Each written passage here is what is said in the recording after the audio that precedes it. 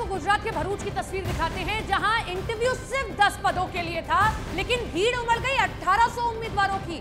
लोगों के बीच धक्का मुक्की होने लगी, रेलिंग टूटने लगी, क्योंकि वहां रेलिंग का सहारा लेकर ये सभी अभ्यर्थी खड़े हुए थे। ये तस्वीर आप देखिए भरूच की है, जहां एक कंपनी ने 10 पदों के लिए, सिर्फ 10 पदों के लिए अपनी वैकेंसी निकाली थी, लेकिन उन 10 पदों पर इंटरव्यू देने आ जाते हैं 1800 लोग।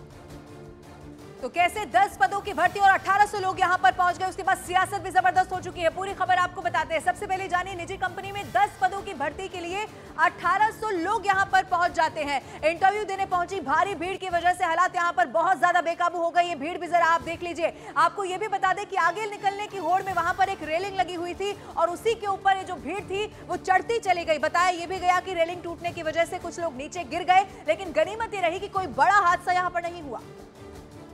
पद सिर्फ 10 थे, लेकिन उम्मीदवार 1800 पहुंचे, जिसके कारण बड़ा हादसा हो सकता था। गनीमत रही कि किसी को जानमाल का नुकसान नहीं हुआ। सियासत भी था। गुजरात के भरूच में एक निजी कंपनी में 10 पदों की भर्ती के लिए 1800 लोग पहुंच गए। इंटरव्यू देने पहुंची भारी भीड़ के बाद तो वहां हालात बेकाबू हो गए।